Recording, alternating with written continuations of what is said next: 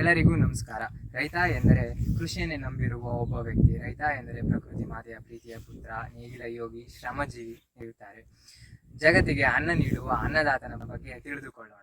How the government helps you. ಏನು supply ಇಲ್ಲ, ಒಂದಿಷ್ಟು ಹಣ ಬಂದದ ಅಷ್ಟೇ. ಇಷ್ಟು ಅಕ್ಕಿ ಕೊಡ್ತಾರ, ಇಷ್ಟು ಒಂದು 600 ರೂಪಾಯಿ IAP ಬರ್ತದ. ಅದು ಬಿಟ್ರೆ ನಮ್ಮ ತಾಯಿಗೆ ಒಂದು 1000 ರೂಪಾಯಿ ಬರ್ತಾ, ಒಂದು 50,000 ರೂಪಾಯಲ್ಲಿ 40,000 ರೂಪಾಯಿ ಕೊಟ್ರೆ ಮನೆ ಕುಸ್ತೋಗಿರೋದು. ಬೆಳಗಿನ ನಾಶ ಆದಾಗ ಅದೇ ಸ್ವಲ್ಪ ಸಹಾಯ ಮಾಡ್ತಾರೆ.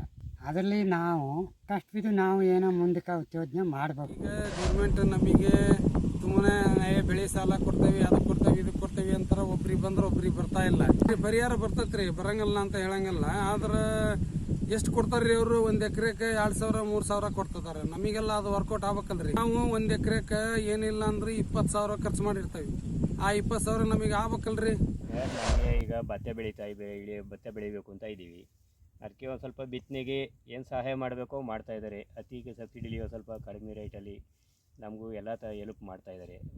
ಅವ್ರು ಏನು ಸಹಾಯ ಬೇಕೋ ಅವರು ಆದಷ್ಟು ಮಾಡ್ತಾ ಇದ್ದಾರೆ. ಎಲ್ಲ ನೀಡ್ ಫ್ರಮ್ ಗೌರ್ನಮೆಂಟ್. ಗೌರ್ಮೆಂಟ್ನಿಂದ ಏನು ಹೆಲ್ಪ್ ಅಂದ್ರೆ ಒಂದಿಷ್ಟು ದುಡ್ಡು ಕಾಸು ಕೊಟ್ರೆ ಒಂದಿಷ್ಟು ಮನ ಕಟ್ಕೋತೀನಿ. ಗೌರ್ಮೆಂಟ್ನಿಂದ ನಂಗೆ ಏನು ಹೆಲ್ಪ್ ಇಲ್ಲಕ್ಕಪ್ಪ. ಮನೆ ಕುಸ್ತಿರೋದ್ರಿಂದ ಹೆಲ್ಪ್ ಕೇಳ್ತಾವನು. ಮನ ಕುಸ್ತೋಗದ 2 ತಿಂಗಾಯ್ತು ಕುಸ್ತೋಗ. ನೀವು ಸಾಲ ಗಿಲ ಕೊಟ್ಟರೆ ಬ್ಯಾಂಕ್ಲಿ ಈಗ 50 ಆಗತ್ತೆ, 1 ಲಕ್ಷ ಆಗೋ ತನಕ ಹೋದಾಗ ಒಂದು 50,000ನಾರು ಒಂದು 40,000ನಾರು ಹೆಲ್ಪ್ ಮಾಡಬೇಕು.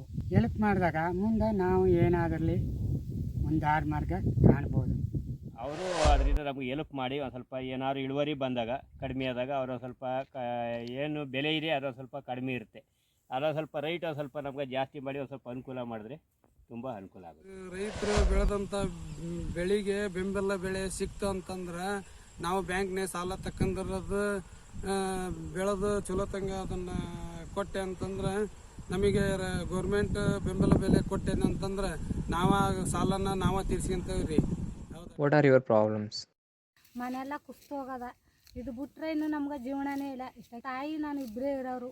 ನಮ್ಗೆ ಯಾರು ಹೆಲ್ಪ್ ಅನ್ನೋದೇ ಇಲ್ಲ. ಮನ ಕುಸ್ತೋಗದ 2 ತಿಂಗಾಯ್ತು ಕುಸ್ತೋಗಿ. ದನ ಕರ ಮೇಯ್ಸ್ಕೊಂಡು ಜೀವನ ಮಾಡ್ತಾ ಅವನು. ಇದು ಬಿಟ್ರೆ ಇನ್ನೇನು ಇಲ್ಲ ಕನಕ. ಇಷ್ಟೇ ನಮ್ಗೆ ಬಂಡ. ಮಳೆ ಜಾಸ್ತಿ ಆಗುತ್ತೆ, ಸ್ವಲ್ಪ ರೋಗ ಬಾಧೆಗಳು ಬರುತ್ತೆ. ಅವೆಲ್ಲ ಇದು ಮಾಡಬೇಕು, ಔಷಧಿ ಇದು ಮಾಡಬೇಕು. ಅದೊಂದು ಇರ್ತದಲ್ರಿ. ಎಲ್ಲಾರ ಸಾಲ ತಕ್ಕಂಡೆ ಅಂದ್ರೆ ಅದು ಬಡ್ಡಿ ಹಾಕ್ತಾರ. ಅದನ್ನ ಬಡ್ಡಿ ಕಟ್ಟೋದ ಆಕೈತಿ ನಮ್ಮ ಕೈಲಿ. Like them, millions of families across the India live in fear due to unforeseen weather conditions. Since 1995, nearly 3 lakh farmers in India have ended their lives. Government is not the only one to be blamed. We also have to help farmers in the ways possible. Thank you.